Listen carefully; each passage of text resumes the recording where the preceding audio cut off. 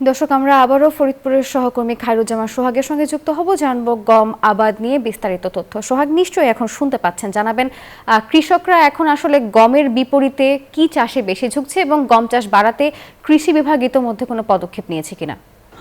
ধন্যবাদ নাফিসা। এই গম আবাদে একদিকে যেমন ঝুঁকিপূর্ণ, সেই সঙ্গে কিন্তু উৎপাদন খরচ বৃদ্ধি পাওয়ায় এই ফরিদপুর জেলাতে কিন্তু দিন দিন এই গমের আবাদ কমেছে। আমি এই মুহূর্তে দাঁড়িয়ে আছি ফরিদপুরের সদর উপজেলা মুন্সিবাজার এলাকাটা, যেখানটায় আগে একসময় এই বিস্তীর্ণ মাঠ জুড়ে শুধু গমের আবাদ। বিকাশ পেমেন্টে 10,000 টাকার বেশি অফার, শপিং চলছে তো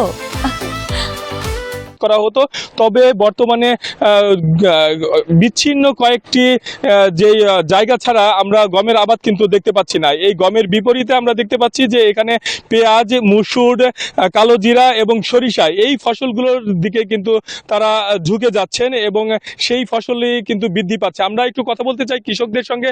ভাই, এই গমের আবাদ কমার কারণটা কি? গমের আবাদ কমার কারণ হলো এটার দাম কম, এর জন্য বৃদ্ধি কম, এর জন্য বর্তমানে আমরা পেঁয়াজ এগুলা চাষ করতেছি, সরষা, কালোজিরা এগুলো আবাদ করতেছি। গমের চাহিদা কম, দাম কম, এর জন্য।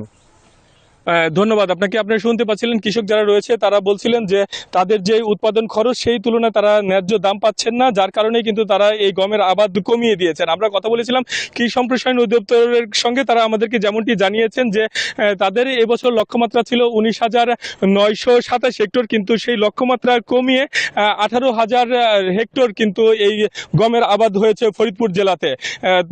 সেই সঙ্গে এই গমের আবাদ বৃদ্ধির লক্ষ্যে কৃষকদেরকে সার এবং গমের বীজ প্রণোদনা হিসাবে প্রদান করা হয়েছে, এমনটাই কিন্তু আমাদেরকে জানানো হয়েছে। তো এই ছিল আমার কাছে গমের আবাদের সর্বশেষ সংবাদ। ফিরবো স্টুডিওতে আপনার কাছে। নাফিসা। সোহাগ, ধন্যবাদ আপনাকে।